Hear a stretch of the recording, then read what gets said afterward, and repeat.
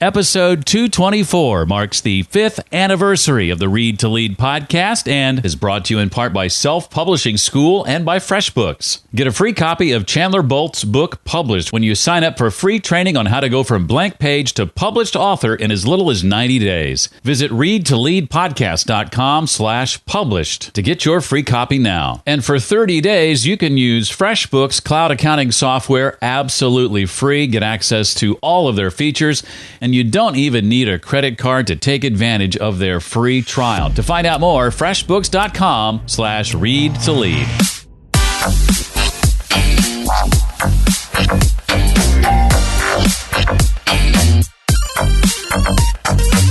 One of the most amazing things about the time that we live in is it's never been easier to start a business. There's never been a lower barrier to entry. You don't have to go mortgage your house. Welcome. I'm excited. This is the 5th anniversary episode of the Read to Lead podcast, kicked off 5 years ago yesterday, to be exact. This is the podcast dedicated to your personal and professional growth. I am Jeff Brown, and I believe that if you desire to achieve true success in business and in life, then intentional and consistent reading has got to be a part of that plan. The Read to Lead podcast is going to help you narrow your reading list and help bring you key insights and valuable ideas from some of today's most successful and inspiring authors. One of those is a young lady by the name of Christine McAllister. She's our guest today and author of the book, The Income Replacement Formula: 7 Simple Steps to Doing What You Love and Making 6 Figures from Anywhere. If you have any desire to do this or explore some of the possibilities of working for yourself, or this is something that you're already doing and you just want to kind of rock it, then this is certainly a conversation you're going to want to pay attention to. I plan to ask Christine to share about things like effectively dealing with the negative talk that originates from your own mind and other mindset-related issues, understanding the importance of asking yourself the question, what makes me weird? Why setting your goals a quarter at a time is best, and lots more. You know, Christine, like several of our recent guests, is a first-time author. If writing a book is something you've ever thought about doing, maybe you've started the process and stopped a few times, you know how hard that process can be. And writing a book that makes real money and gets read by real people is harder still. In fact, it can sometimes feel almost impossible. That is, if you don't have a proven system in place that you can follow. And that's where my friend Chandler Bolt comes in with the free training that he's offering to you right now. He comes from Self-Publishing School, which is an online education company that's dedicated to helping you get your book idea out of your head and onto paper as quickly as possible, and then getting it into the hands of as many people as possible. And the cool part about his free training is it walks you through the exact process to follow to go from blank page to published author in as little as 90 days, just like Chandler has done time and time again. He's been on the show a couple of times to talk about previous books, in fact. And one of those, called Published, he wants to give to you for free. And all you have to do to get a copy of Chandler's book for free, normally sells for $15. You can go look at it right now on Amazon. Published, Chandler Bolt, $14.99. But he wants to give it to you for free, simply for signing up for his free training. He's a generous guy. He really is. So if you want to do that right now, simply go to readtoleadpodcast.com/published. That address again is readtoleadpodcast.com/published. Writing a book can absolutely change your life. Don't hesitate another day. readtoleadpodcast.com/published. Christine McAllister is the founder of Life with Passion. It's a company that helps high-achieving and motivated entrepreneurs use their unique gifts in order to make the leap to working for themselves, something I think more people need to be thinking about than currently are, and Christine, I think, feels that way too. After a few entrepreneurial ventures of her own, a history that includes founding companies in marketing, agriculture, and household products, Christine herself experienced the worst tragedy a parent can imagine, after which she realized she needed to allow herself to do and be more. Since then, she's managed to smash through fear, self-doubt, and other obstacles that were holding her back from sharing her true gifts with the world. Now, her book explores that journey and lays out a step-by-step process for how you can do the same. And it's called The Income Replacement Formula, 7 simple steps, thankfully for me, to doing what you love and making 6 figures from anywhere. Christine, welcome officially to Read to Lead. Thank you so much for having me. Well, I'm excited to have you here reading the book from cover to cover as I did, and realizing today I don't read a lot of books on Kindle. I like having the physical book when I can, but in the interest of time, I purchased yours that way and exported my highlights and my notes this morning and realized that PDF was 17 pages long. I was kind of surprised by that. So that means I think I got a lot out of your book. I love to hear that. Thank you. Well, Christine's book, she says early on, is less about things like time management and productivity and systems and structures and that sort of thing, and more about belief in yourself. Christine, why do you feel that the belief in ourselves kind of trumps everything else along the road to success? Well, for high achievers, for people who are capable and accomplished, what I really find is that when the mindset is strong, the strategies are simple. And as one of my clients said to me, that a monk told him, doing it is easy, thinking about it is hard.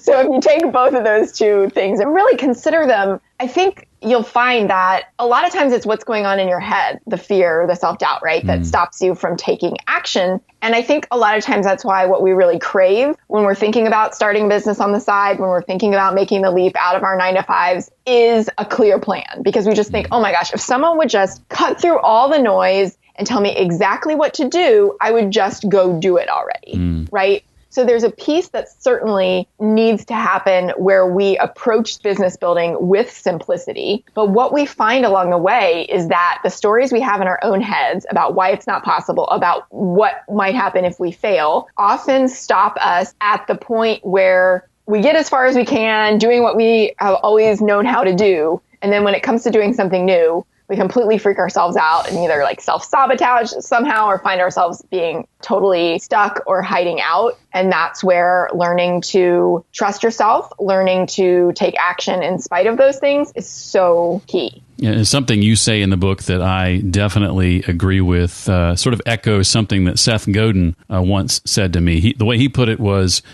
we don't take action because we believe because we take action. Do first, yes. Believe second. 100%. Yes. Yeah, because I think there's a way in which action cements belief. And I'm sure that somebody came up with that phrase and I've just heard it along the way, so I can't attribute it. But I really find it to be true that if you, and some people might say you act as if, right? But we also get clarity from taking that action. We don't know if we're going to like something until we do it, right? That's why we do things like internships and things like that when we're in school, because we might find out that we thought something was going to be super glamorous and fun, and then we find out it's super boring and full of drudgery and we hate it. Great. So glad we figured that out before we devoted our entire major or career to it, right?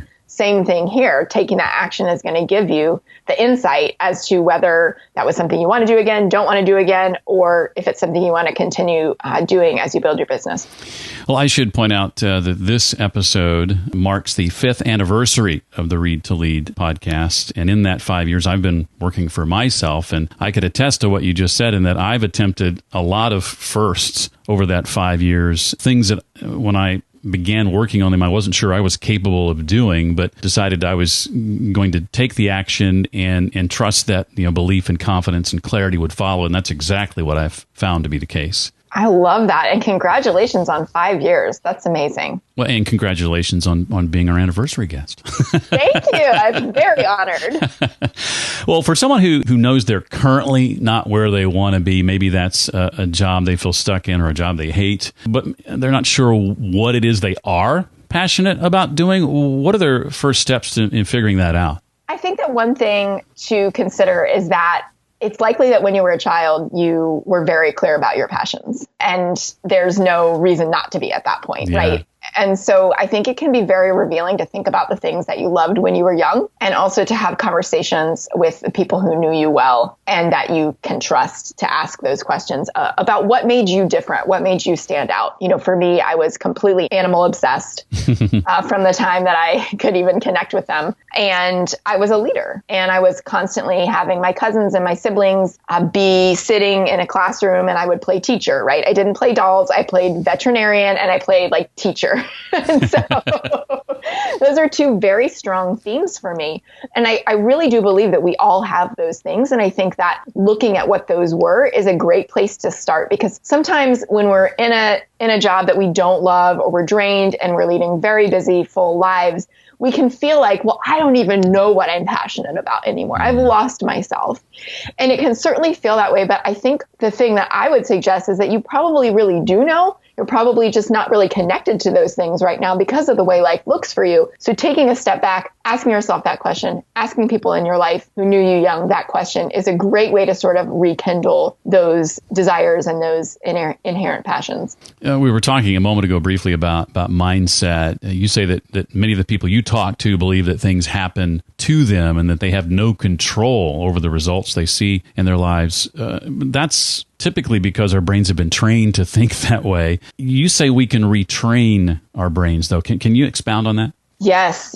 So we know that the emerging field of epigenetics, right, is teaching us that it's possible to continue to create new neural pathways and rewire our brains, where we used to think, oh, once your brain's done growing when you're about 25, like it's all downhill from here, right? So what I discovered when I started out on this journey was that, yeah, you can actually teach yourself to think new and better thoughts. You can completely change your outlook on life and the experiences that you have by changing the way that you think. And also, of course, the meaning that you create out of these experiences. And I think, as Tony Robbins says, if you begin to look at everything happening for you instead of to you, what could this be doing for me, right? What could this mean for me? Instead of, oh, I'm such a mess. This is always, my life is so chaotic. Oh, things are so hard, right? Because we're actually reinforcing that very story. And if we begin to go, what things around me are good right now? And we begin to pay attention to those, there's a part of our brain called the reticular activating system. And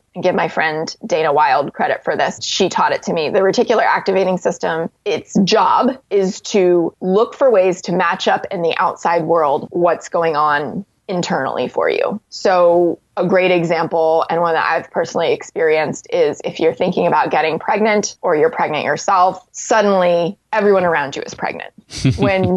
Or you're like, oh my gosh, look at all these kids. I never noticed all the babies before, right? Because it's simply what you're giving your attention to. So when we start to give our attention to something more along the lines of what we desire, then our reticular activating system can actually go and find evidence that that's true, that that's possible, and that we're moving toward it. You know, I've noticed that ever since I've had this wild hair idea, my wife calls it, of purchasing an RV. I can't drive anywhere without seeing RVs all over the place. In people's driveways, on the road, you name it, there's an RV everywhere I look. I liked, to the point you were just making, I liked the story from the book where you talk about, I think it was going to train or ride one of your horses, and it began raining, and you weren't able to do that, but you asked a question that changed sort of the course of the rest of the day, so that became something that was like a negative and turned it into a positive. It's a great example of how my brain has changed, right? Because in the past, I would have been like, oh, I just drove an hour to get here. I arranged childcare. I had these big plans. And now everything is ruined. What a waste. I don't know when I'm going to come back and have the time to do this again. Instead, it was like, what could be good? What could come out of this situation that would be good, that I could feel good about? And I began to find things that I could work on with my horse and ways to take care of my other horses that I would not have given attention to if everything had gone according to plan.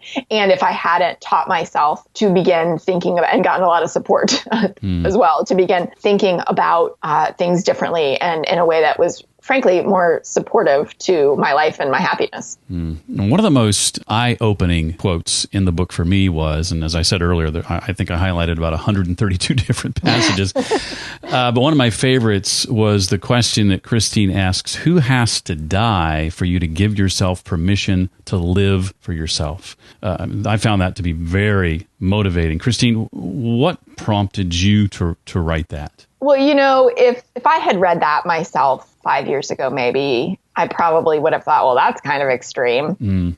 But in early 2015, I was expecting my first baby. And at the end of the pregnancy, when we had just put the car seat in the car and finished the baby showers and it was time to put my feet up after I packed a bag for the hospital, right? Put my feet up and wait for this thing to happen. I went to a routine doctor appointment and found out that her heart had stopped. And so that began then an insane 36 hours of being admitted to the hospital and delivering my daughter, who I knew was no longer alive, and going through the experience of having a full-term, unexplained stillbirth when at that point, everyone knew I was pregnant. And then I came home from the hospital without a baby. And so that really, really turned my life upside down. And, you know, it kind of demolished it into a pile of rubble that I sort of then got to choose how to piece back together and rebuild.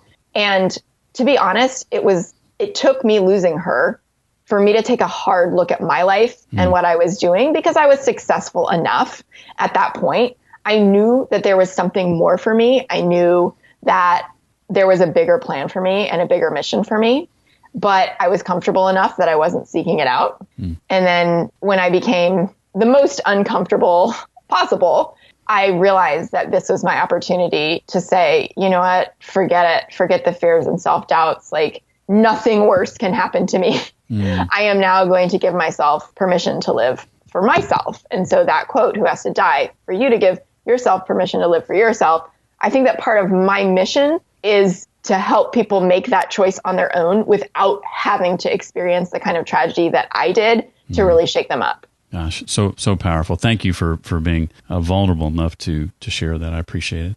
Well, if you would, Christine, speak to the negative voices in our heads. We need to be prepared. I mean, there are those around us, well-meaning people giving us advice that we don't want, but speak to the negative voices in our heads we need to be prepared for, and how the closer we get to doing something extraordinary, the louder we can expect those voices to get. Yes, it is a universal phenomenon, and I think that we also find a way to personalize it and to make it feel like there must be something wrong with me that I have all these fears and self-doubts.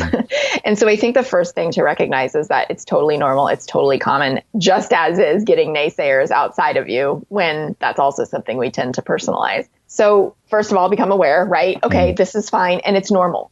I think back to brain science, because I think there's a way in which when we talk about mindset, some people are like, kind of how some people feel about meditation, right? Like, oh, that's not for me. I have my to-do list is too long, right? Right. So however you feel about mindset, I really like to explain the neuroscience behind it, because I think in that way it can make a lot more sense. And it goes back to our ancestors and the safety that came from being in a tribe, and literally the physical safety that came as a result of being in community together and being able to protect each other, right? If you're out wandering alone, it is much more likely that you're going to get jumped by a tiger or, right, a mountain lion or wherever you are in the world. And so I really believe, and research shows this, right, that our DNA is encoded for community and to stay safe, right? That's our brain's main job, is to keep us safe. And to our brain, safe is sane. So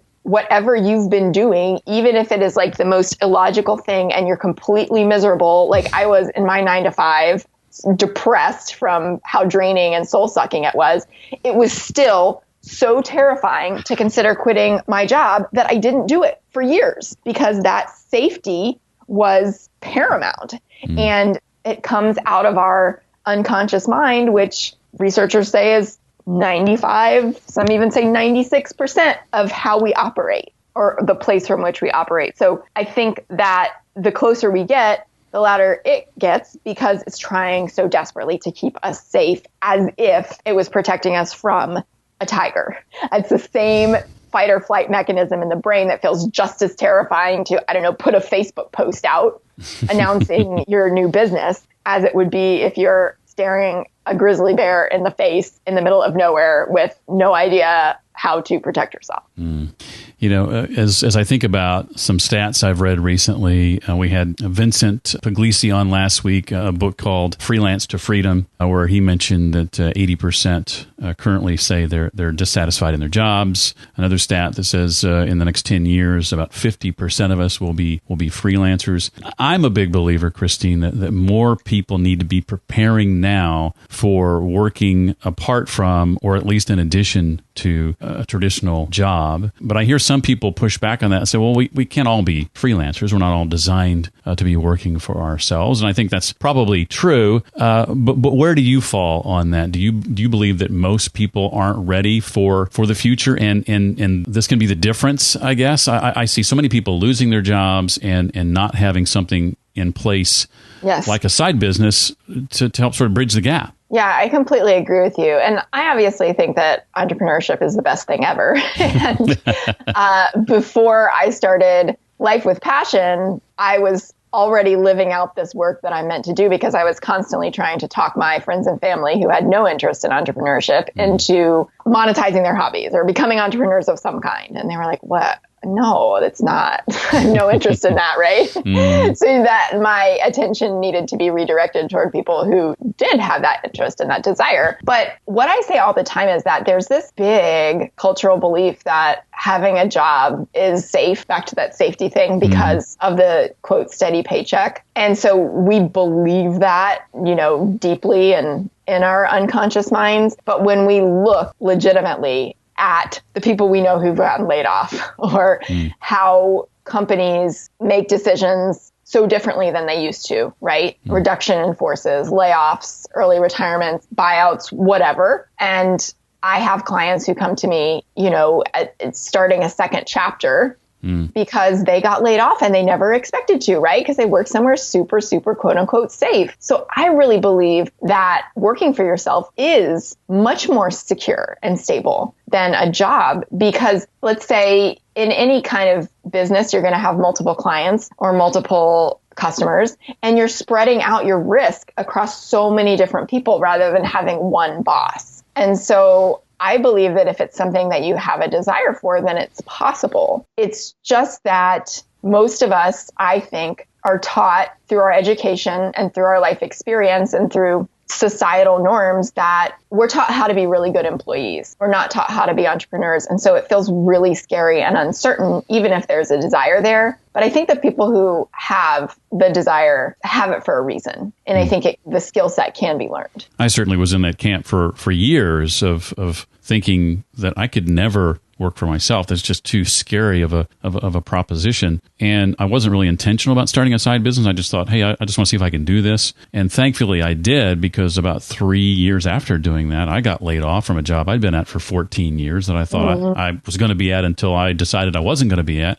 and got pushed out of the nest. And had I not had that to fall back on and some severance that helped, I think I would have immediately started looking for another job. But I didn't have to start looking for another job. I could explore, and much like you, within the first 30 days of doing it, I had replaced my income.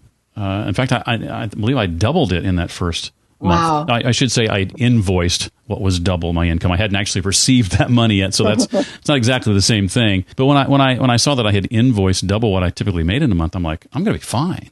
Yes. I should have done this sooner. Yeah. I'm like, what was I waiting for? What was I so afraid of? And I can't imagine now, 5 years later, having a regular job. I just cannot fathom it. I love that. Well, a lot of people I talk to struggle with determining their niche or their niche. I never know how I'm supposed to say that. Christine says one of the best ways to attract the people you are best equipped to serve is asking yourself, what makes you weird? Can you unpack that for us, yes. Christine? It's such a fun question, because I think there's all this pressure around determining your niche, knowing your niche, right? And then we attach all these fancy terms to it, like your ideal client avatar, your ICA, whatever, your target market. It's all businessy, right? The reason that people buy from you is because you're a person and they know, like, and trust you. And so we know that stories are such a powerful way to relate our message. And I think that the more that you can own your story and truly what makes you different or what makes you weird, then the easier it is to distinguish yourself from any perceived competition. Because really, when you own what makes you weird, you find that you are going to work with people who share those traits or admire those traits, wish they had them, and you don't have competition because people can only hear or work with or buy from you. And so I'd love to hear what makes you weird if you have anything that you want to share. And I'm happy to share what makes me weird too. But it's just such a great question to ask yourself.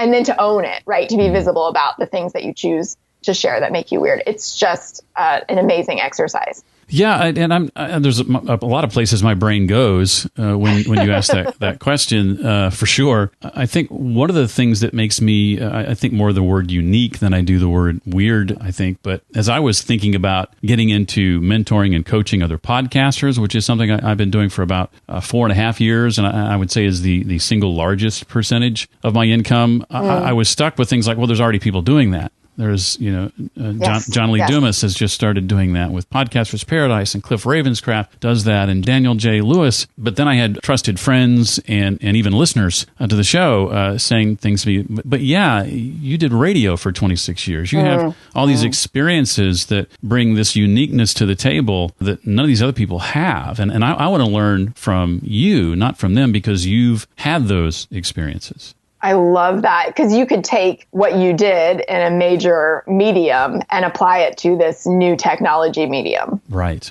And the funny thing about that is even though you might say I was in competition with some of these other folks, I've since aligned myself not long after that with John Dumas, who sends me the largest percentage of referrals for coaching that I get. Oh, that's fantastic. And so, you got to think outside the box, I think, and realize that and oftentimes I think we get stuck in thinking it's a finite pie and everybody's in competition with everybody else. And I have found in this industry, at least, and I think this is the case in others, that podcasters by and large know that when one person succeeds, it helps all of us. If more ears are being brought to the medium, that's good for everybody. I love that. And what a beautiful thing to really recognize and own, because I think in the beginning of any business, we do tend to feel like, oh no, there's so many people who are already doing it. What's going to be different about me? They're so much farther along. I'll never get there. Right. But instead, just being willing to go, I'm allowed to figure this out along the way. There is space for me. And guess what? I can become friends with people who do the same thing, and we can find ways to help each other. Absolutely. Yeah. Well, what are the steps you would give or advice you would give, Christine, to a client, say, to create maybe that first, I think what you call it is premium priced, value packed offer? This is something I struggled with for a long time. And then once I came up with it, struggled with charging what I felt like was too much and getting comfortable with what I was charging. What advice would you give for somebody in that situation? I think that one of the easiest ways to start out with this is, of course, you first have to know your niche. You cannot create an offer for somebody unless you're very specific on who that offer is for. Your coaching is not for anybody who wants to be in any broadcast medium, right? It's for podcasters, right. And so you have to be clear on who it's for first, because then you know what to make and what they need and how to message around it, and everything flows out of that. And then I think if you're still in a 9-to-5, figure out your hourly salary. And I find that a lot of people are comfortable charging that in the beginning for their services because someone's already paying them that much. And not saying that that's where you want to stay, but perhaps you charge that much for the first 3 people to really grow your confidence and help you know how much value you're giving them, own your expertise, help them get some results. And then perhaps you're ready to double the price, which is probably closer to actually replacing your income, because when you work for yourself, if you build 20 hours a week of something, you're doing really, really well. Right. Because there's so many other parts and pieces involved in running your own business that you don't get paid for. I know that many of the clients you work with are a little apprehensive to put themselves out there, so to speak, whether that's in social media or maybe doing Facebook Live. I know that's something you struggled with the first time or two. What advice would you give for someone who's hesitant or unsure about that? I think just like with the negative voices in our heads, that's totally normal. I think that most often, if you don't come from a background in production of some kind, right? If you haven't been on air like you have, or even I came from a background of media production too, but I was mostly behind the camera. I think there's a way in which we can feel like weird or icky or pushy or awkward, especially if we really care about delivering value and we really care about supporting and helping people. We don't necessarily want to be the face in front. But I think one of the most amazing things about the time that we live in is It's never been easier to start a business. There's never been a lower barrier to entry. You don't have to go mortgage your house at the bank. And so leveraging the tools that we have to get visible is the quickest way to build a business. And I think that if you can approach it from a sense of like, people need to hear this message that I have to share, it's truly not about me. It's about getting in front of them and showing them what's possible and providing my solution. I think that that can really help if you're somebody who really is a helper, right? Really wants to serve and is worried. They don't want to create a cult of personality around them, right? I think that that can really be a great first step, is to go, look, people need this information. They don't have it. This thing that comes so naturally to me, it doesn't mean that because it comes so naturally to me, it comes so naturally to everyone. It actually means that that's my superpower. And it's my responsibility to get it out there and let people know that whatever the thing is, you can quit your 9 to 5. You can replace your income in the first month. You can build a business doing what you love. There is space for you. Whatever that thing is for you, not in a pressured way, but like, it's your responsibility to bring that gift to the world. And you are allowed to be terrible at it at first. Because guess what? You don't have an audience of 1 million people who are waiting for you to go on Facebook Live. You get to practice and become better at it, just like every one of us has. Well, like my friend Brian Dixon says, that thing that comes easily to you is magic to other people. Yes, I love that. That's a great one. Well, you hear it from me on a pretty regular basis. You heard Christine a moment ago mention that it's never been easier to start a business, and one of the main reasons for that is because of the tools we have at our disposal.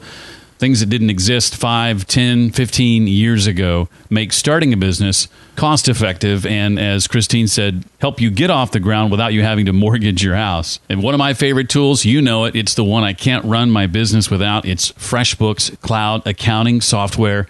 And as you're participating in this conversation, if you're thinking to yourself, I need to start a side business, know that I started mine utilizing FreshBooks from the very beginning. I needed a way to invoice clients. FreshBooks was there. It worked. It was simple, and I've been using it ever since. And that was 9 years ago. Haven't looked back. Haven't tried anything else. Haven't needed anything else. FreshBooks grows as your business grows. As I said, it's simple to use, and right now they've got a free 30-day trial just for you, making giving it a try a no-brainer. You get access to all of FreshBooks features. You don't even need a credit card to sign up. And you're helping the show out, too, when you give FreshBooks a try. To do that, just go to freshbooks.com/read-to-lead, and you put read to lead in the How Did You Hear About Us section so they know. Again, that's freshbooks.com/read-to-lead to give FreshBooks a try today. Again, no obligation whatsoever. Well, a couple of years ago, I embraced the productivity mindset, if you will, of not trying to plan my goals and map out my goals annually, but instead quarterly. I'm a big fan of the book, The 12-Week Year. And you echo performance expert, I think it's Todd Herman, when you say our brains can't fully grasp year-long goals. Why do you feel breaking down your goals by quarter is best? Well, in this stage of business building and in this type of business building, we want to get consistent, right? We know that that's one of the keys to success. But I find that a lot of times when people are getting started or they're fixing a struggling business, they feel like, I have to know exactly what I'm going to do and how I'm going to do it forever, or at least for the next 5 years, right? Right. And I find that it takes so much pressure off to go, what could you commit to talking about for the next 90 days? What could you commit to selling for the next 90 days? We can wrap our brains around that. And it doesn't feel like forever. It feels doable. You can get and stay consistent in that period of time. And also, it's about the amount of time that I see it taking of you talking about one thing for a long time in order for people to remember it and for you to begin to see results from it, as opposed to putting something out there once on Twitter and like the doors don't come crashing down of people wanting to buy your stuff, even though like we see ads that promise that kind of thing. You know, it does take consistency. And I think that 90 days is just a really doable time frame, especially if you're on the side of a 9 to 5 where you can do just something little every day and begin to see the results of it. You know, one of the things I learned while in radio, the stats and studies that I've seen say that the average person needs to hear a message, 10, 12 times before it starts to sink in. So I think that lends credence to what you're saying. Yes, 100%. Well, I've got a couple of questions, Christine, I want to ask you that aren't directly related to the book. But before I do that, anything else from the book you want to make sure that we walk away with? I think the biggest thing is that it is possible. I wrote the book to tell you how, but also so that you would know that you could, right? That it doesn't have to be 25 steps and a 50-page business plan before you're allowed to start doing this, right? Amen. You don't have to have every single thing figured out before you start making money. Preach. And woo woo. So I think that's the thing that I want you to know. That's the thing that I want you to begin to believe and to experiment with, and that you can take 5 minutes a day and start to figure this thing out for yourself. Because when you do that, you're going to also build the confidence that you can keep doing it and you can do it bigger. And then soon you're celebrating the 5th anniversary of your podcast and you've had all these amazing experiences, made all these amazing connections along the way. I love the story that you shared in the book, appearing on John Dumas's show and being super prepared for that, and then kind of being thrown a curveball and not feeling like you handled that really well and beating yourself up about it. And there was a lot of time between when that took place and when it actually was released. And then you listen back to it and you're like, you can't even tell. That's right. I sound great. I sound fine.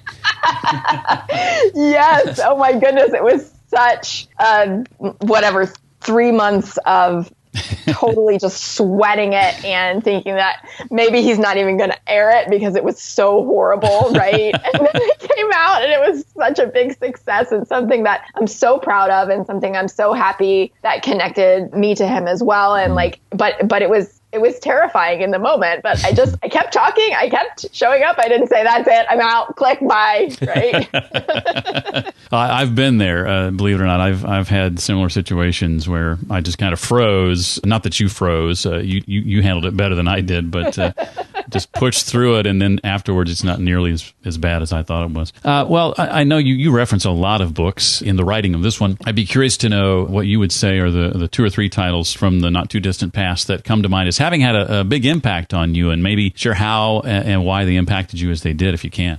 Sure.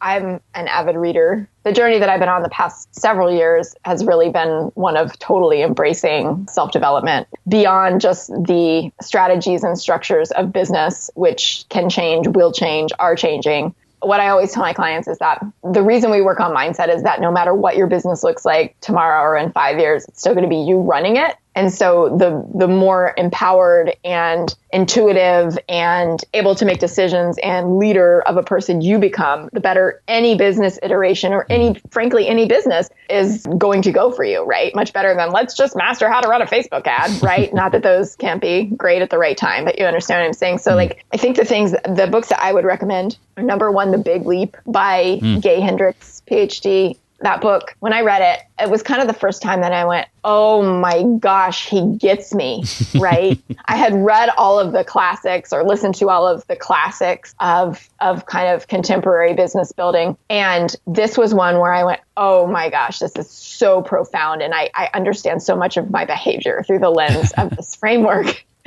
So I loved that book and I highly recommend it. The other pair of books that I just adore are Jen Sincero's books, You're a Badass and You're a Badass at Making Money. And I really appreciate about her that her writing is very smart and hilarious and also very deep at the same time.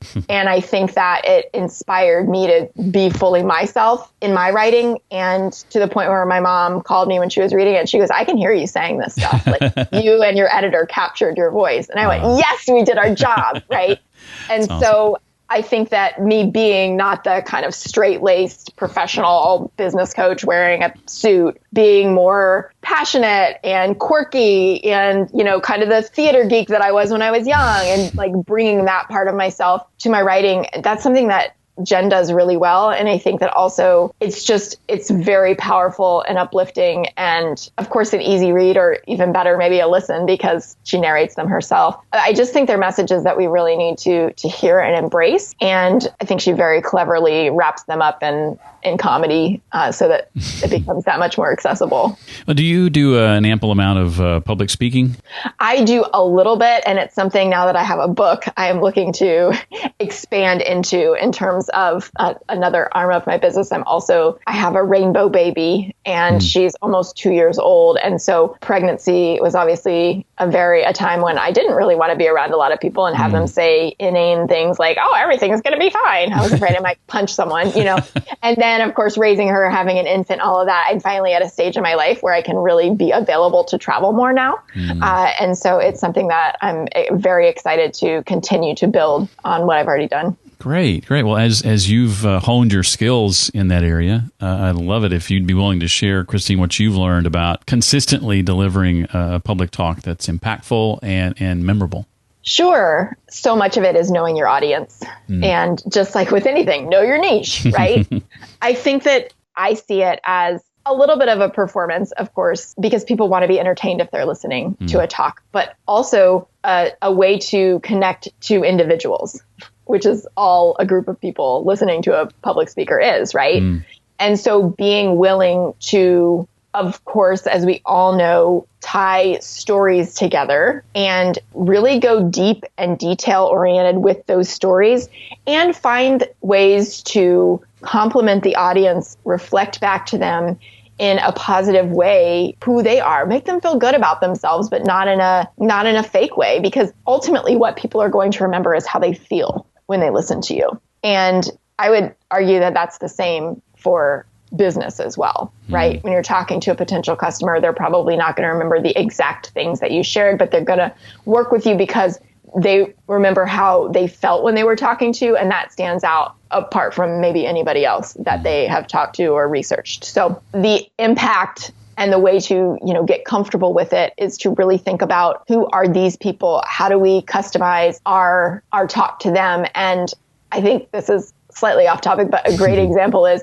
I came to Nashville to see Justin Timberlake. A few months ago, I took my assistant and bought us like VIP passes to celebrate the launch of the book and it becoming a bestseller. And it was this great experience for the two of us to go have a girls' night away. And what I noticed is that I had read like his set list and I was like, I'm going to game this thing and make sure it's the best, money I've ever spent. But when I was looking at set lists, I noticed that he made sure to do like 2 songs in every city that were unique to that city. And it was right before the big hockey playoffs, and it was in the same arena that they were going to happen the next night in. And so they're out there with towels. They're out there talking about the Predators. They're out there singing these Nashville, famous Nashville songs. And it raised the energy of the crowd so much to have that unique experience given to them. And I would say like, it's the same with a public speech. That's fantastic advice. I love that, especially as someone who lives in Nashville. Yeah, exactly. There you go. Well, I know the book's just been out for a little over a couple of months, so maybe it's premature to ask this question. I don't know, but you tell me. What are you and your team working on now, maybe in addition to the book, or coming soon that you're excited about? Definitely not premature. I'm always planning new things. So what's been really fun this summer is to record the audiobook, and I narrated that myself. And so it's coming out by the end of July on Audible and iTunes. And then I am also planning a group program to kind of take the work of the book and make it accessible and also bring community around it. And so that'll be coming this fall. But then the other big thing that I am doing is ramping up the speaking as well. So if you need a speaker, I'm available. And just put that out there. But you can download a free chapter of the book at Life with Passion. It, of course, is available on Amazon. And you can find me on Instagram and on Facebook at Life W Passion. Awesome. Well, the book, again, is called The Income Replacement Formula, 7 Simple Steps to Doing What You Love and Making 6 Figures from Anywhere. Her name is Christine McAllister, 1L. Christine, thank you so much for taking time out of your busy schedule and appearing here with us today. I got a lot out of it, and I think everybody else did too. Thank you so much. I've absolutely loved it.